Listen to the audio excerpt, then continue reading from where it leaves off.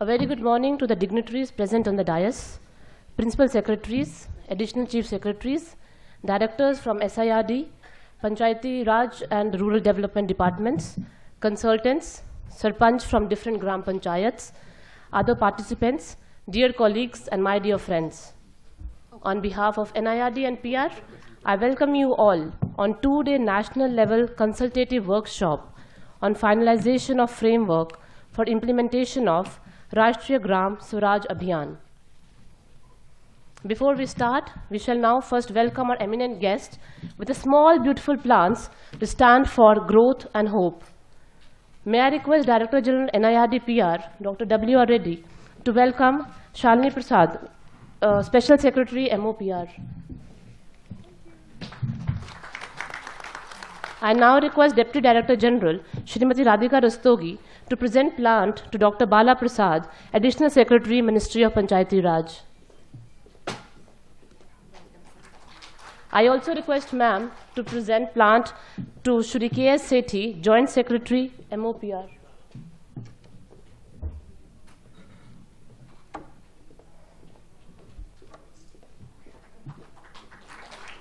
Thank you, ma'am. May I now request Madam Shalini Prasad and all the guests present on the dais to kindly light the lamp and formally inaugurate this workshop.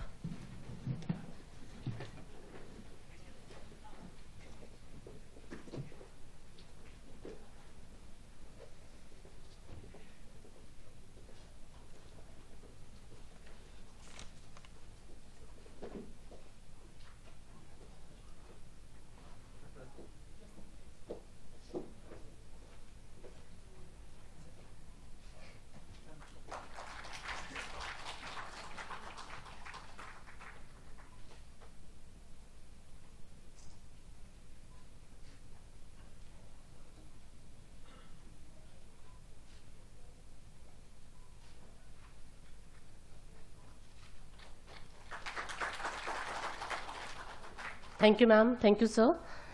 I now request Dr. W.R. Reddy, Director General NIRD PR, to formally welcome our gathering.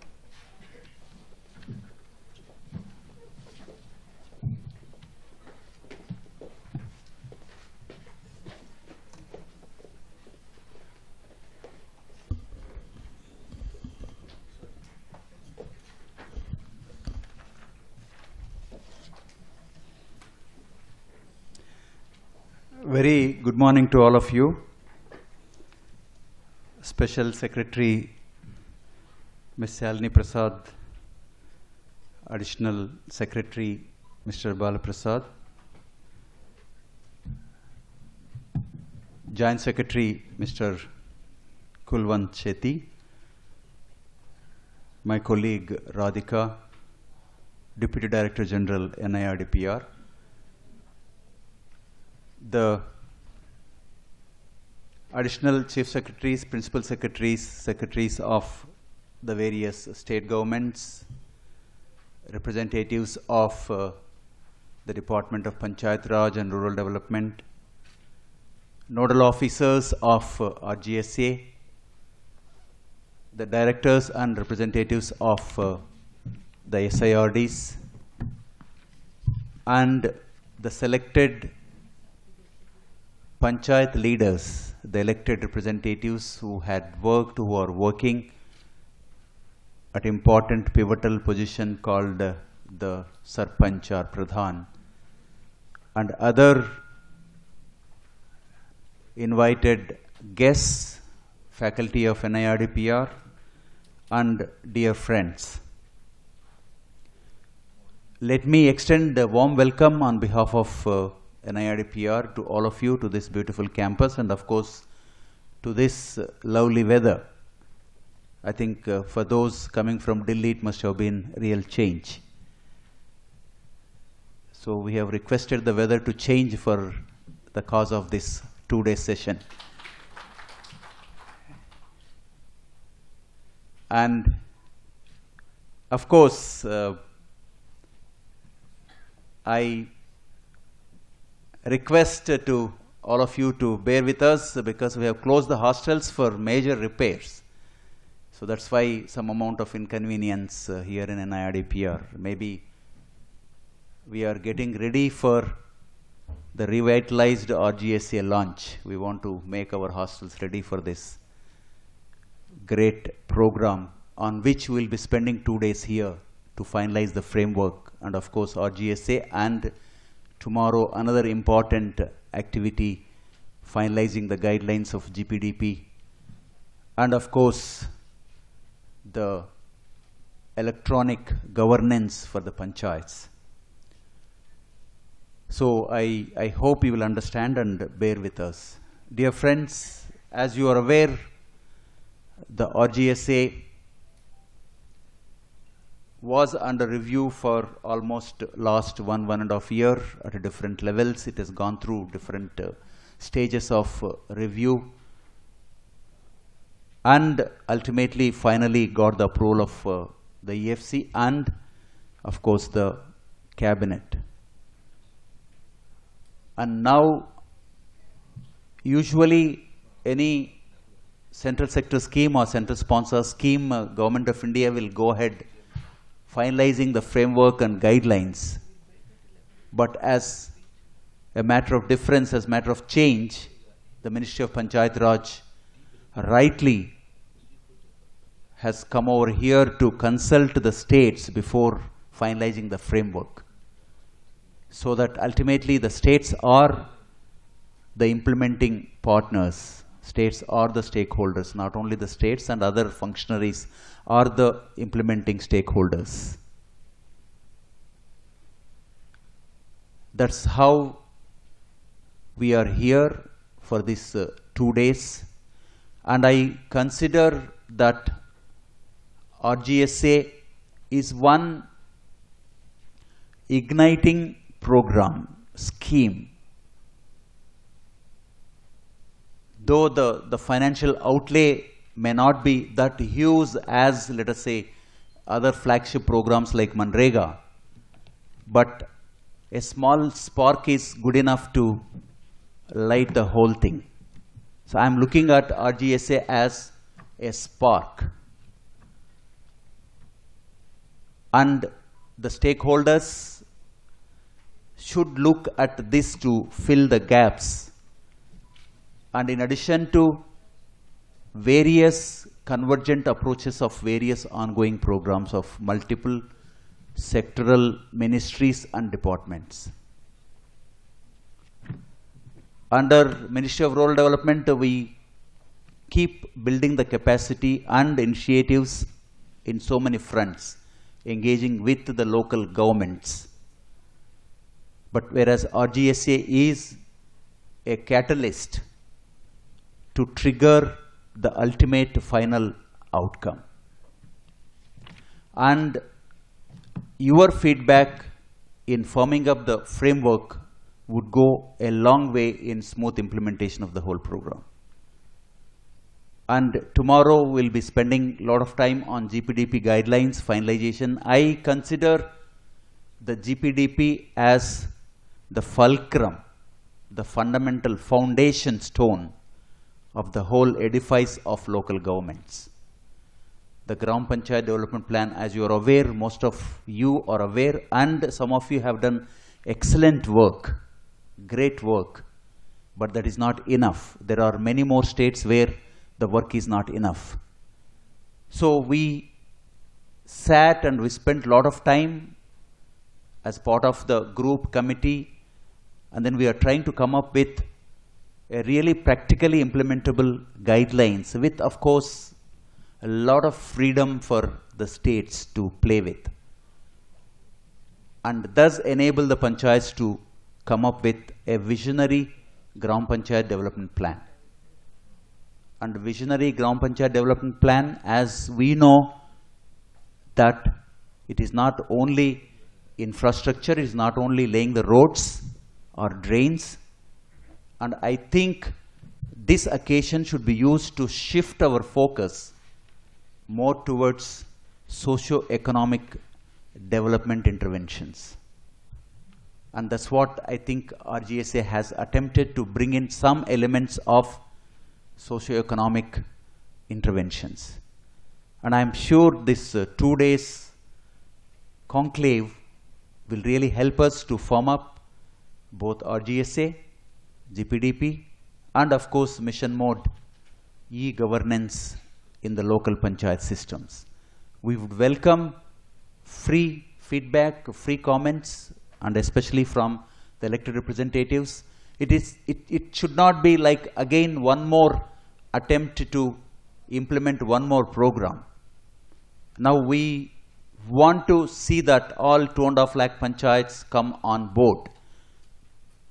Enable them to come on board.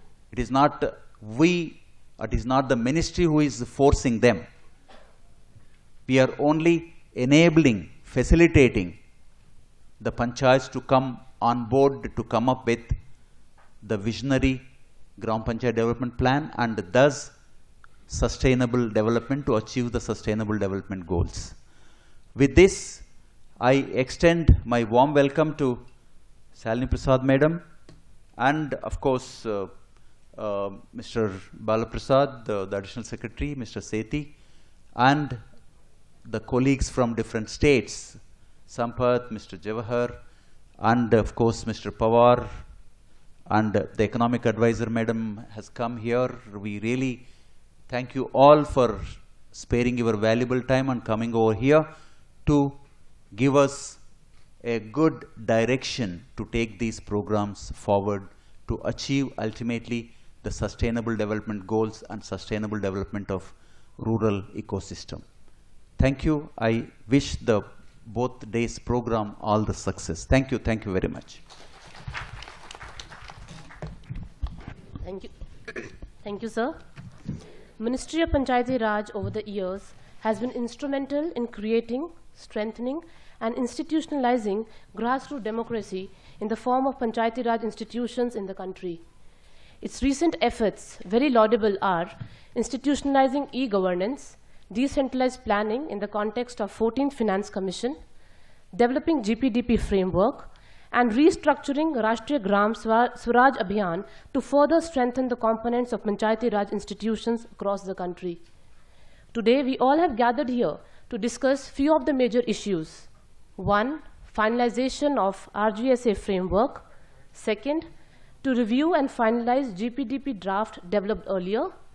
Third, finalization of recommendation on Panchayati Enterprise Suit application. I now request Shri K.S. Sethi, Joint Secretary, Ministry of Panchayati Raj, to give us a brief presentation on framework on implementation of Rashtriya Gram Swaraj Abhiyan.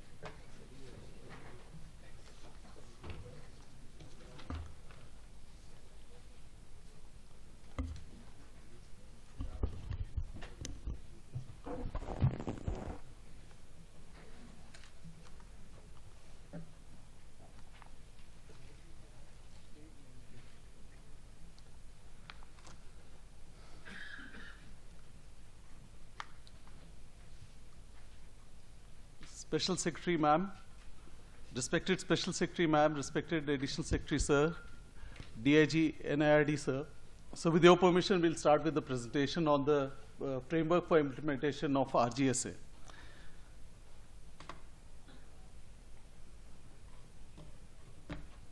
I'll give a brief overview. It's going to be a brief presentation. I'll just give a brief overview of the framework for the RGSA. As everybody is aware, the scheme was announced in the 2016-17 budget announcement, where the Honorable Finance Minister announced the scheme for developing governance capabilities of PRIs for achieving sustainable development goals. Subsequently, the ministry held consultation with the experts and with the states, and a framework for restructuring the RGSA was drawn up. And after that, after submission of that to the government, a committee was formed under the Vice Chairman Niti Aayog. the committee under the chairmanship of Vice Chairman Niti Aayog then subsequently also co-opted several experts in the sector, and they also held extensive consultations with the states, with the secretaries, principal secretaries of the states, with the elected representatives of panchayats, and also with other stakeholders. And they came up with a set of recommendations based upon which the EFC for the RGSA was formulated and submitted.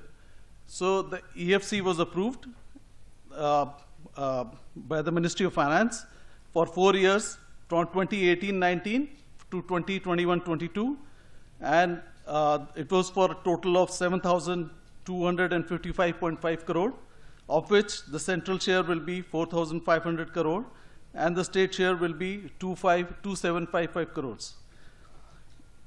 Now, this scheme differs from the earlier scheme significantly in the fact that whereas the earlier scheme was restricted mostly to Part 9 states where the panchayats are there, but the new scheme will apply to the entire country, which means that also the non-Part 9 states will be covered by the new scheme. Further, the thrust of the scheme is going to be on the 115 aspirational districts identified by Niti Aayog, as also with very strong convergence with Mission Antyodaya, which comprises 5,000 clusters and about 50,000 GPs for making them poverty-free.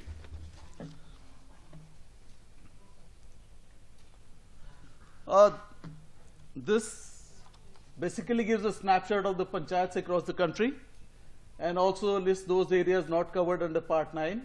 As you can see, the size, this gives the size of the panchayats, average size of the panchayats across the states. As you can see, the situation across the states varies greatly, and it is quite uneven.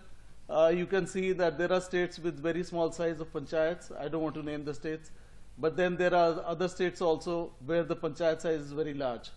In this context, I only want to make a flag issue with all the states that repeatedly during various consultations associated with restructuring the RGSA, whether it was the Niti Aayog committee or it was the Sumit Bose committee, the point repeatedly came up that small size of panchayats is not viable, simply because the funds available with them, the manpower resources available with them, the infrastructure available with them becomes unviable. So they are not able to discharge their duties and their service delivery to the citizens effectively.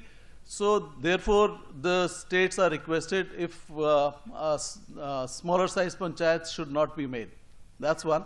And also where the smaller size panchayats already exist, I think the interventions should be focused on clustering the small size panchayats and providing the necessary infrastructure and human resource for them to be able to enable them to deliver their duties, their responsibilities efficiently.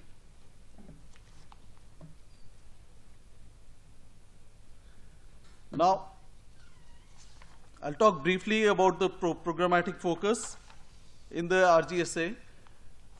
We are talking about a programmatic focus because it is not only simply the set of guidelines as with usual schemes, it is also going to be a rollout of the composite set of policies along with the scheme. So all these interventions that we are rolling out are with the specific intention of strengthening the panchayats and making them as efficient units of local governance. So that is what the focus of the government is presently on. First, of course, is the aligning of the human resource available with the panchayats for effective outcomes at the Gram Panchayat levels. We are looking specifically at the Gram Panchayat level because it is envisaged that is the last point where the service delivery to the citizens takes place. So in terms of this, the Sumit Bose committee recommendations have already been included in the framework document that has been circulated to all states. And I will not go into very many details of that at this stage, and then, but we do request all the states to closely examine it and look at the context of their states and to carry out the necessary interventions to give positive shape to ensure effective outcomes for the panchayats. Then, of course, under the restructured scheme of RGSA, we are going to provide manpower support, which is going to be mainly technical support. So we have given enough flexibility to the states in terms of technical support as to what is the nature of technical support that is required by the panchayats, because the situation is likely to differ significantly across the states. So in recognition of that, that flexibility is given, and the provision is there for providing manpower at the block level so that this can be suitably deployed with the panchayats under their jurisdictions. Then, of course, there is going to be an impetus on the SHG-PRI partnership to increase effectiveness of rural local governments. Our Secretary, sir, is just recently on 22nd of May, sent an advisory to all the states, reiterating the earlier guidelines that were sent out to the states in this context on the SHG-PRI partnership. And we are requesting the states to please ensure that these are proactively rolled out. Then, of course, orientation under capacity building under the scheme, what we are going to insist on and focus is that when the newly elected representatives of panchayats come in, their first capacity building program, that is the orientation program, must be held within 6 months of their election. Because the feedback that we have been getting from the grassroots, from the states, is that sometimes the capacity building training programs are held very late, and maybe after 2 years or 3 years, or sometimes even instances have come to our notice where it is towards the fag end of the tenure of these elected representatives. So such delayed capacity building programs then do not have the desired outcomes at the ground level. So we are requesting that the newly elected representatives be given orientation program within the first 6 months. And then there should be focused refresher training programs within the 2 years. I say focused refresher training programs because these are going to be focused specifically with respect to subjects of national importance. So we'll come to that later.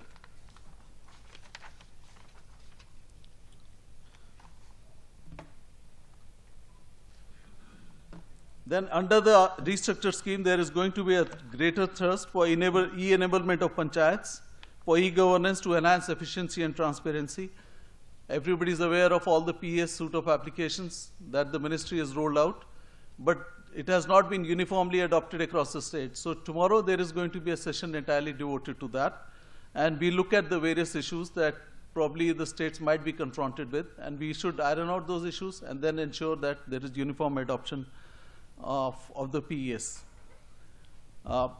Then, of course, we are also looking at adoption of electronic fund transfer or public finance management system, PFMS, and geotagging of assets for the panchayats, both with respect to FFC grants as well as to other interventions.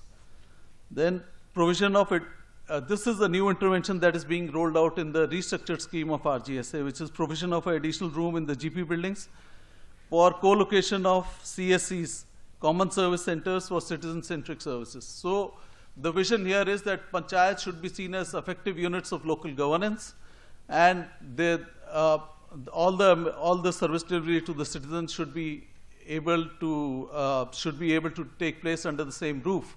So it's like a one window effective delivery system. So that's why the focus on co-location of CSCs within the Gram Panchayats. Then, of course, the component on incentivization of panchayats to promote competitive spirit for enhanced performance amongst PRIs. Now, earlier, while the incentivization component has been there for some time, now we intend to refocus this, not only in terms of incentivization, but to also promote a spirit of cross-competitiveness within the state and across the states, so as to encourage best practices amongst the panchayats.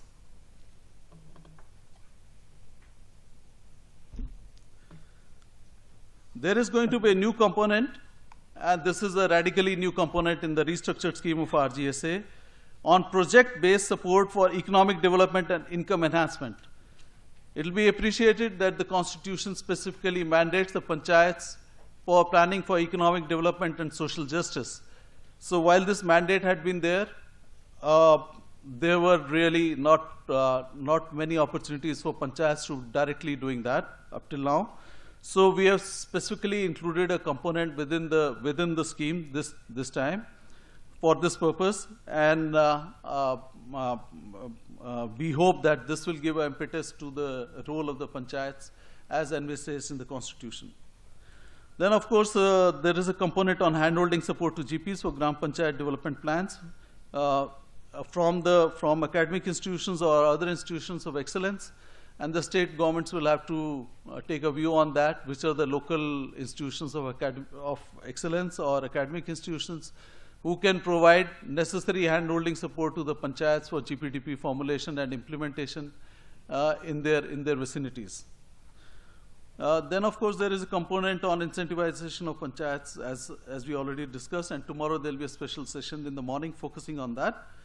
And there will also, the component on NIRD PR has been structured in strongly into the scheme, so that that partnership between MOPR and NIRD is reinforced, and also with other academic institutions, so that they support us in the rollout of the scheme to the states.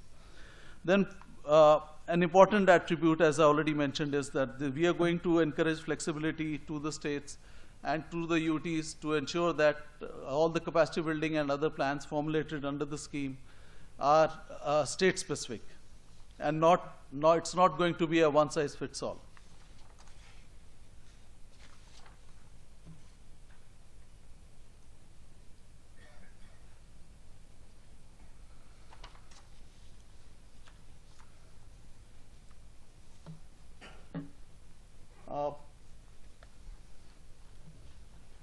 Coming to the subject of capacity building and training. So these are the interventions that we are looking at: flexibility to the states to involve state-specific plans, then orientation programs for ERs within 6 months and refreshing courses within 2 years. Then the focus is going to be on leveraging technology for greater outreach through use of virtual classrooms, social media, and smartphones.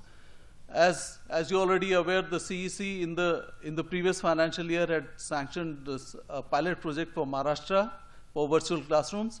I understand that Chhattisgarh has already rolled out virtual classrooms based on internet for capacity building initiatives in the state, and we are looking at now further expanding this based upon the experience of the states as well as to other states. Trainings on subjects of national importance. As you can see from the GSA campaign, the focus of the Government of India has been increasingly on ensuring health and immunization, nutrition, education, sanitation, etc. In the rural areas. So these subjects of national importance will continue to get focused attention in our CB interventions. Then, of course, continuing with the previous trend, we are going to keep our focus on enhanced focus on GPDP trainings, and then handholding support for GPDP, as already mentioned. And then, of course, last year we have rolled out the focus on exposure visits, because the experts have told us that one of the best ways and the quickest ways of doing capacity building, especially of elected representatives of panchayats, is to organize exposure visits and peer-to-peer learning. So in furtherance of that, the exposure visits are going to be scaled up radically, both within the state and across the states. And we are also going to support panchayat learning centers as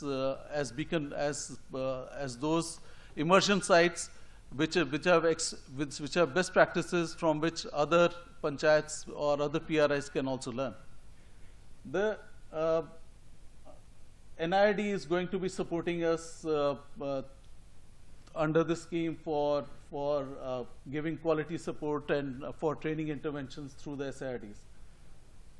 Then, of course, at the national level, we are already looking forward, and Special Secretary Ma'am has already planned a series of interventions based on national workshops and national seminars, where on several technical subjects support will be given to the states. On the PRI SHG convergence,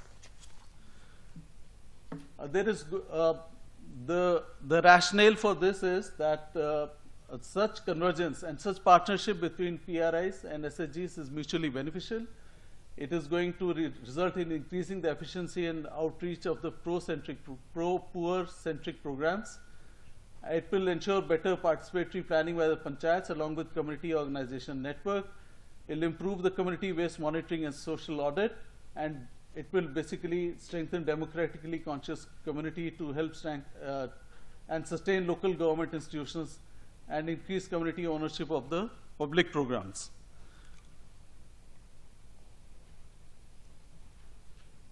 Now, under the guidelines that have been recently circulated by the Secretary, here some of the interventions have been specifically spelled out. These include that a space may be provided for SHGs and GP Bhavans so as to ensure better interaction between the panchayats and the SHGs.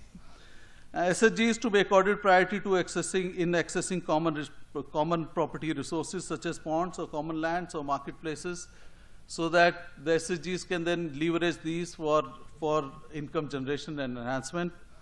SHGs to be involved in the delivery of services like midday meal, tax collection, solid waste management, etc. And then involvement of SHGs in GPDP process, which is very essential, so that pro-poor programs also get integrated in the GPDP process. Institutional arrangements such as joint GP-SHG sittings or meetings or representations in functional committees of the GP, such as, for example, the Tamil Nadu Poverty Reduction Committee, will be encouraged. And then training modules are going to be specifically requested on state-specific PRI-SHG convergence to be prepared and disseminated by the SIRDs. Also, we intend that successful models of PRI-SHG convergence may be identified and scaled up. As far as GPDP is concerned,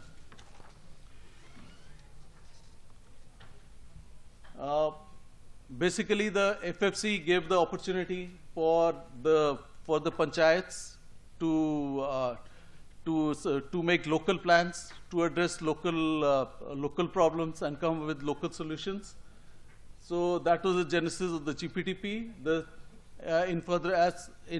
Immediately after the FFC devolution was announced, the Ministry of Panchayati Raj made model guidelines for GPDP, and then these were circulated to the states, and then subsequently all the states now have GPDP state-specific guidelines. So there will be a session tomorrow specifically where the revised GPDP guidelines will be discussed, and these will be finalized. Also, the focus here is that the GPs must know the entire resource envelope that is there. That is the interventions being done under all schemes in their own panchayat areas. So in furtherance of that, under the Plan Plus, a separate resource envelope tab has been created by the ministry, and where all the schemes of the Rural Development Ministry, MORD, the details are there, GP-wise, as to what are the allocations for each of the GPs. So I request all the states to look at that resource envelope tab under Plan Plus, and to ensure that these are disseminated to the GPs, and the GPs should know on that.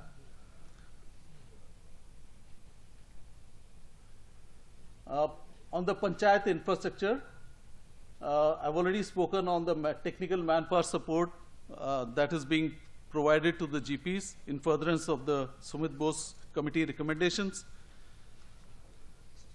Then, of course, the involvement of higher institutions of higher educational institutions such as IIT, IIMs, and other institutions of excellence for handholding support. So this is also under the Unnat Bharat Abhiyan of the Ministry of HRD, for which there will be a strong convergence with the panchayats. Then it is also requested that volunteers from other educational institutions like NSS or NYKs, they could support the GPs for strengthening, also for hand-holding support for GPDP formulation. Then infrastructure support in terms of Panchayat Bhavans. So this was a strong point that came out during all the discussions, the Niti Aayog committee, and in subsequent discussions. Almost 21% of the panchayats, as per information available with the ministry, about 21% of all panchayats do not have their own Panchayat Bhavans. And therefore, it was felt necessary to build in a component for making Panchayat Bhavans, and that component has now been provided. And also, many of the Panchayat Bhavans require urgent repairs. So that provision is also there in the restructured RGSA scheme. This is the funding pattern for the scheme. The scheme will be, there are two components. One is the national level activities, and then there is a state component. The national level activities will be 100% centrally funded, and the state plan sharing is 60-40 basis. For northeastern and hill states, it's 90-10, and for UTs, the central share is 100%. And funds, as before, the funds will be provided in two equal installments. First installment will be 50% after adjusting the unspent balance, and then second installment after expenditure of 60% of the available funds with the states. So there's no change in that. Again, national components. So briefly, as I've already spoken before, and this is the state components, also capacity building, GP infrastructure, institutional strengthening, technology for distance learning, e-enablement of panchayats, technical support to PRIs, administrative and financial data analysis planning cell, gap filling support for economic development, strengthening Gram Sabha and PISA areas, innovative activities, IEC, SPMU. You must have noticed that the IEC activities are now at 2%. This is the breakup of the components. So you already have that, so I'll not go into that. Regarding the monitoring mechanism, at the national level, the National Steering Committee is proposed under the chairmanship of Honorable Minister for Panchayati Raj to give overall policy direction for the scheme. CEC is also proposed under the chairmanship of Secretary Panchayati Raj, which is the same as before. The CEC will approve the annual action plans of all the states, and also oversee the progress of implementation. Then, of course, at the state level, two committees are proposed. One is a state steering committee under chairmanship of Chief Secretary for monitoring and review of implementation, and the state executive committee is also proposed at the state level for approval of annual action plans of states. There will be online monitoring and reporting system for RGSA that is currently being put into place and will be rolled out soon. And transaction-based PFMS-based system for release and tracking of funds will also be there. And there will be a periodic evaluation of the scheme from time to time.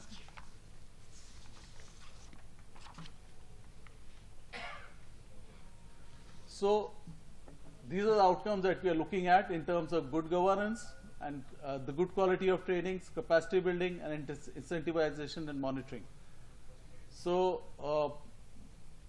as you can see, that in terms of good governance, we are looking at availability of requisite administrative technical support for infrastructure for GPs or GP clusters, and then e-enablement of panchayats for better administrative efficiency, improved service delivery and accountability, and then better quality of training, and in terms of state-specific thematic training modules to enhance quality of training, requisite infrastructure to states for e-learning through space and terrestrial technology, meaning virtual classrooms, wherever required. And then for capacity building, in terms of capacity building, we are looking at capacity building of specifically for PR functionaries and also for elected representatives, I already mentioned, and GPDP, and then institutional structure for capacity building to be strengthened at the state level. Thank you.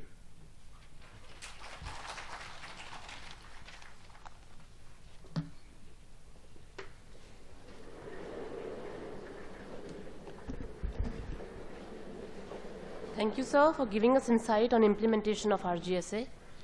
May now request Dr. Bala Prasad, Additional Secretary, Ministry of Panchayati Raj, to address the gathering.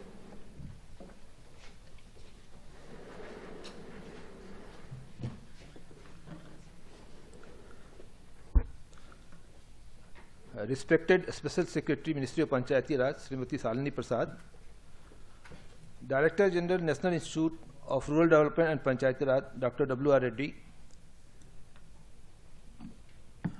the dignitary on dais, my colleague Khuswant Singh, Mrs. Srimati Radhika, DDG NIRD, PR, Principal Secretary and Secretary coming from the different states, participant of this workshop, faculty of NIRD NPR, officers and consultants of NIC, my colleague officers from Ministry, and ladies and gentlemen, good morning to all of you and hearty welcome to this inaugural session and this workshop. We all must be proud of our Panchayati Raj systems, which is continuing from last many years, and 73rd Amendment has given it a structured framework. Basically, the Panchayati Raj has been part of our culture and civilization and has contributed a lot for the development, particularly in rural areas. As you all know now, because of the presentation has extensive presentation by my colleague Mr. Khuswant Singh, that Honorable Prime Minister has launched the restructured Rashtriya Gram Swaraj Abhiyan on the National Panchayati Raj Day on 24th April 2018. And I wish to inform that centrally sponsored scheme for Rashtriya Gram Swaraj Abhiyan is aimed at developing governance capabilities of the Panchayati Raj institution.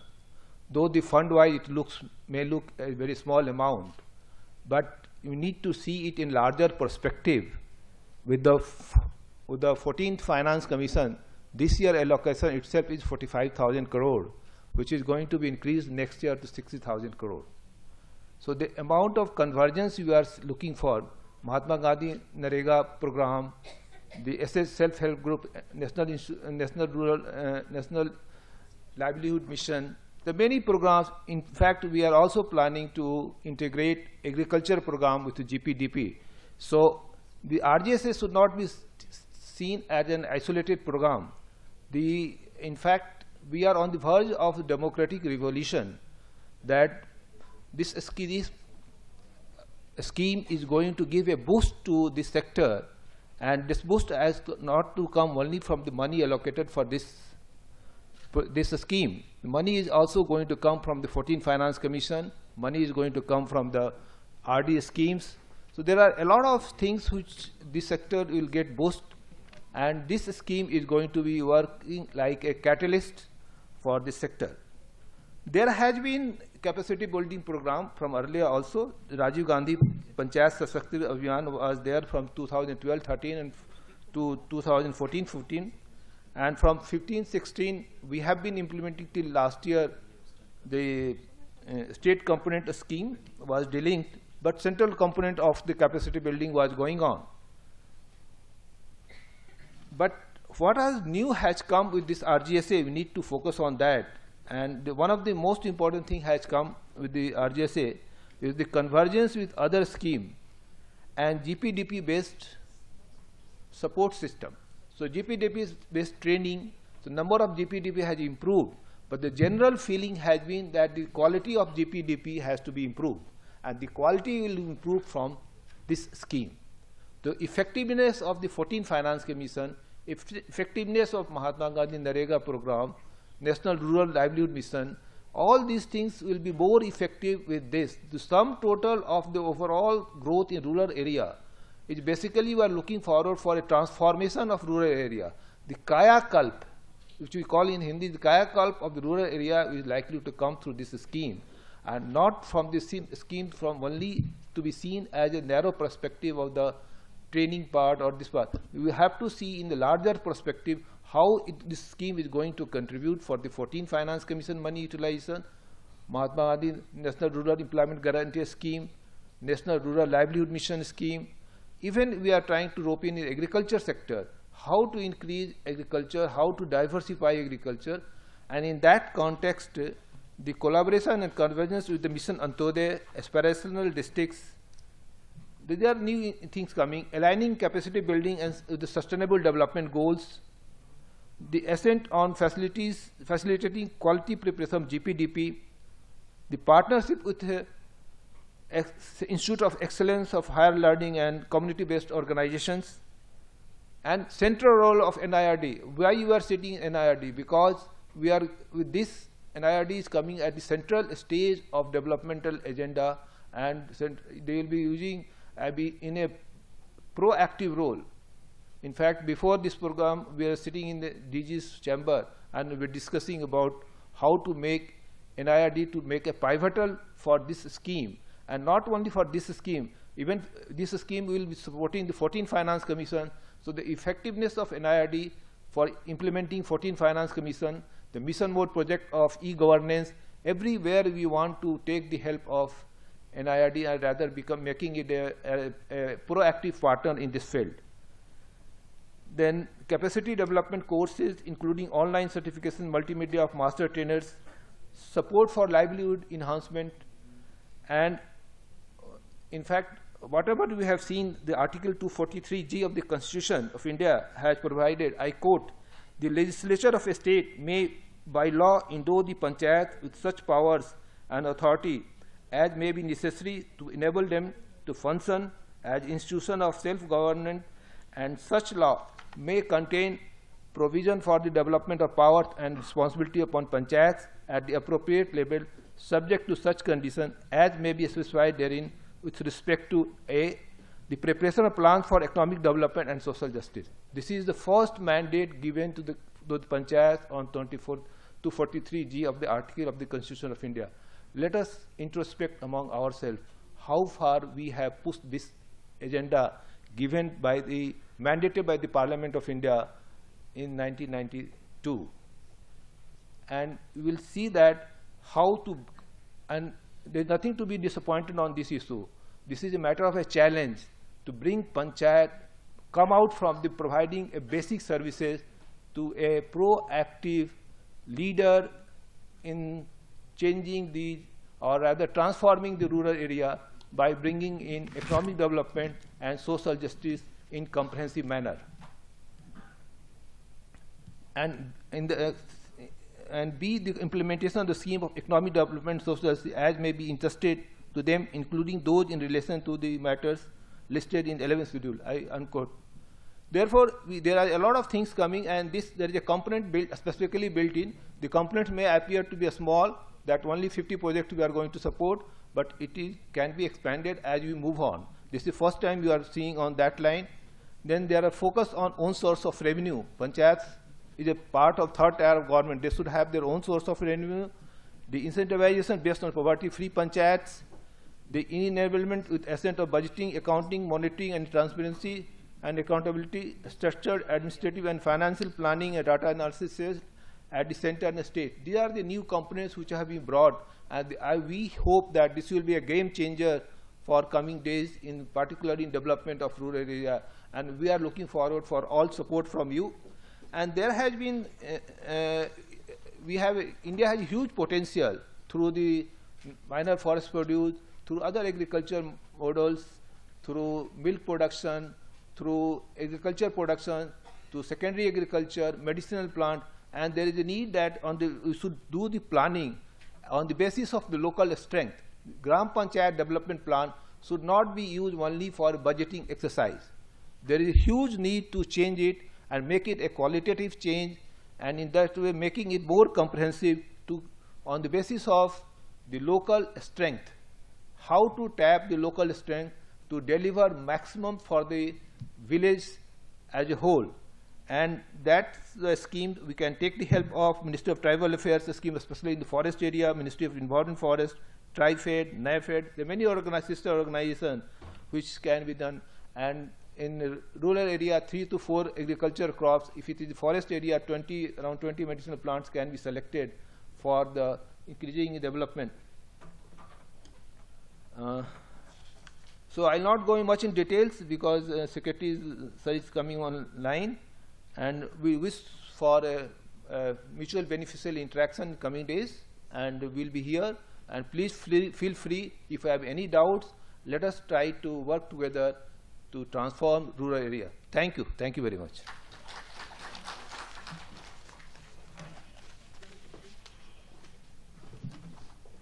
Thank you, sir. I now take this opportunity to invite Ms. Shalini Prasad, Special Secretary, Ministry of Panchayati Raj, to deliver her keynote address. Speak from here. Okay, Secretary is going to be joining us in 10 minutes. And you've already got a feedback about the RGSA, and most of you, of course, have already been implementing the old scheme, so you have a fair idea of what is happening.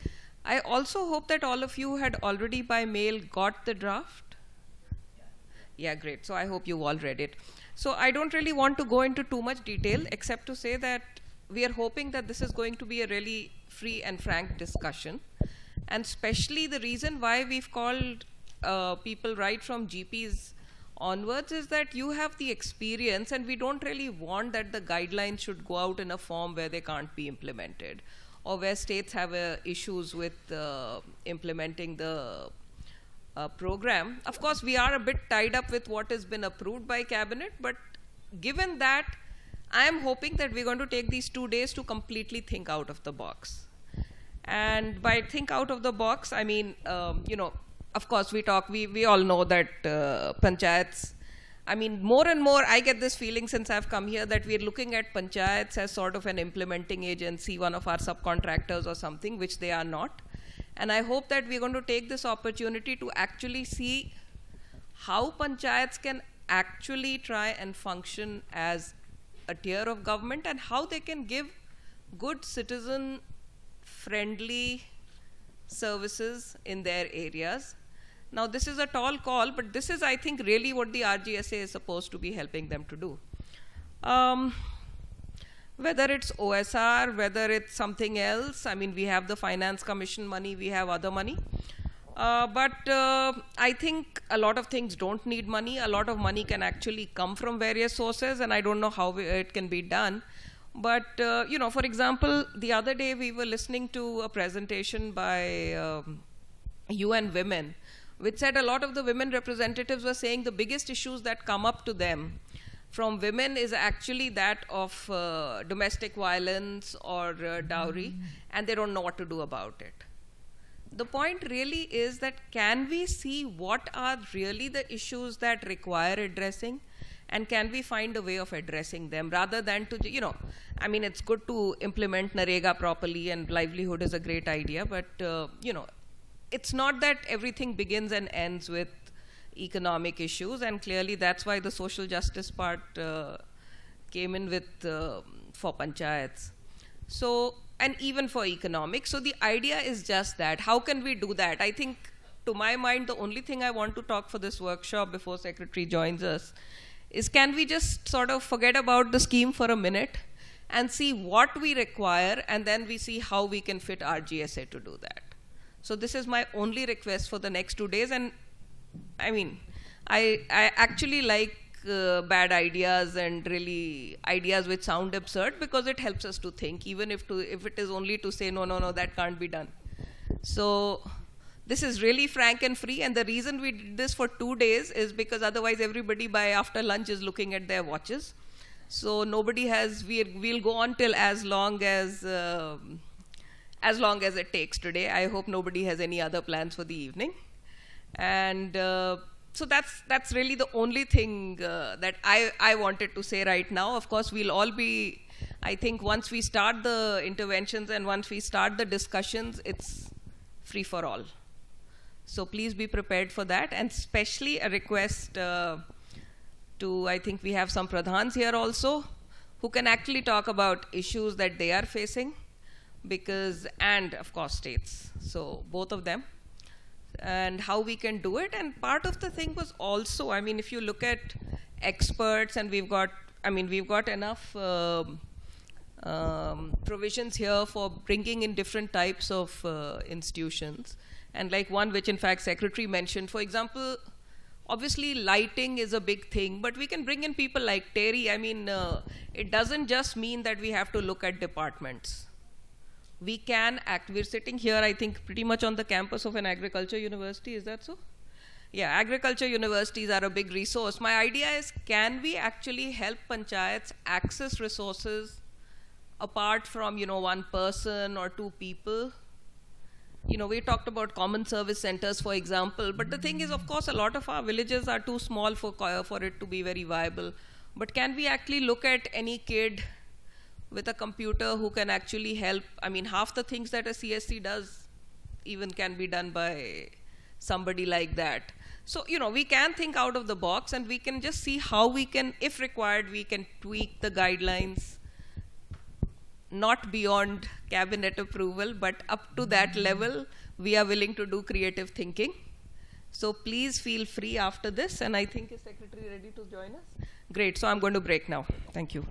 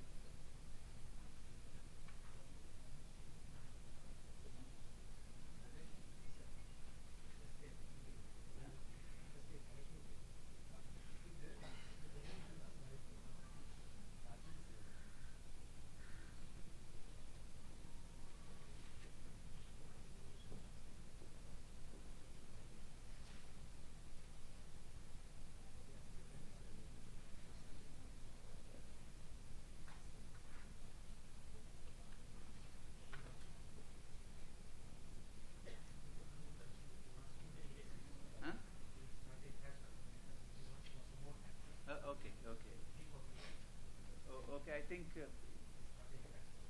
Ajay is telling start the interaction. Okay. Okay. Should we call? Sir? I think there's going to be another 5, 6 minutes.